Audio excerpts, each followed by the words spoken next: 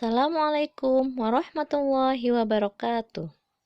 Apa kabar anak-anak soleh dan soleha? Semoga tetap sehat selalu dan tetap semangat. Pada kesempatan kali ini, Ustazah akan mengajar pelajaran bahasa Indonesia yang bertema tentang kesimpulan. Sebelum itu, marilah kita bersama-sama membaca basmalah terlebih dahulu. Ustazah akan jelaskan tentang arti kesimpulan. Kesimpulan adalah kalimat yang disampaikan dari beberapa ide pemikiran dengan aturan-aturan yang berlaku. Atau bisa disebut juga dengan gagasan yang dicapai pada akhir pembicaraan. Atau bisa juga disebut dengan hasil dari pembicaraan. Bagaimana cara membuat kesimpulan? Di sini ada 3 langkah cara membuat kesimpulan. Pertama, dengan membaca teks. Langkah pertama dalam membuat kesimpulan, tentu saja kita harus membaca teks asli untuk dapat mengetahui kesan umum serta maksud dari penulis atau pengarang. Yang kedua, menentukan kalimat utama. Kalimat utama merupakan kalimat yang mengandung gagasan utama dari sebuah paragraf. Biasanya, kalimat utama terdapat di awal atau akhir dari suatu paragraf. Dengan menentukan kalimat utama, barulah kita dapat menyimpulkan isi dari teks tersebut. Langkah yang ketiga, membuat kesimpulan. Setelah melakukan 2 hal di atas, susun kalimat berdasarkan dengan inti kalimat agar menjadi sebuah kesimpulan. Ciri-ciri kesimpulan yang baik. Yang pertama, menggunakan bahasa yang baik dan benar. Yang kedua, menggunakan bahasa yang mudah dimengerti atau mudah dipahami. Yang ketiga, mengandung pokok pembicaraan. Yang keempat, tidak berbelit-belit. Yang kelima, berisi fakta dan jelas.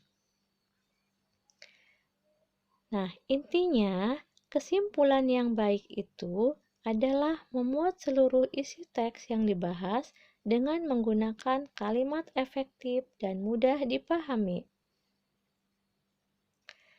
Sekarang kita lihat contoh teks berikut. Bakau merupakan tumbuhan unik yang terdapat di muara sungai, daerah pasang surut dan pesisir. Tumbuhan ini dianggap unik karena memiliki ciri-ciri gabungan dari tumbuhan yang hidup di darat dan di laut. Bakau memiliki akar nafas yang berfungsi menyerap oksigen dari udara. Keunikan yang terdapat pada bakau merupakan cara adaptasi tumbuhan terhadap kondisi yang sedikit oksigennya.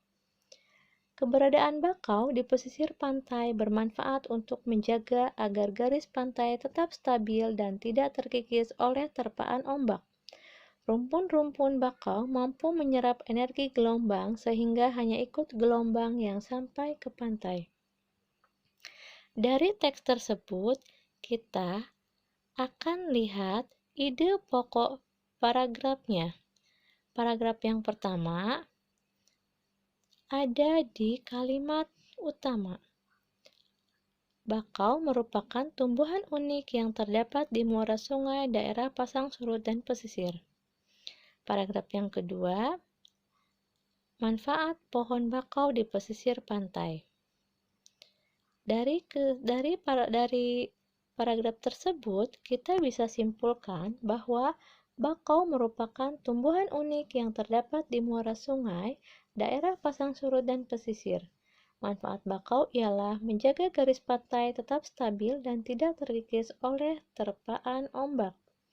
Jadi, kesimpulan itu adalah kalimat yang memang efektif dan jelas.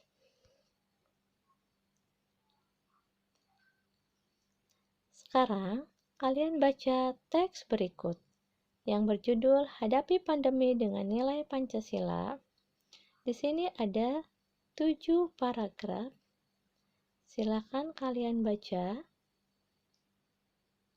Kemudian nanti kalian buat ide pokoknya masing-masing paragraf.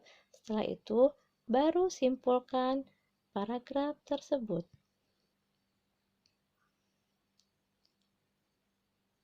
Salin kembali tabel berikut di buku tulis.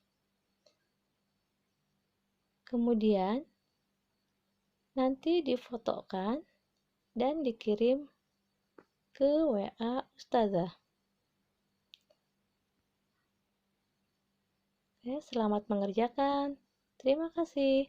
Wassalamualaikum warahmatullahi wabarakatuh.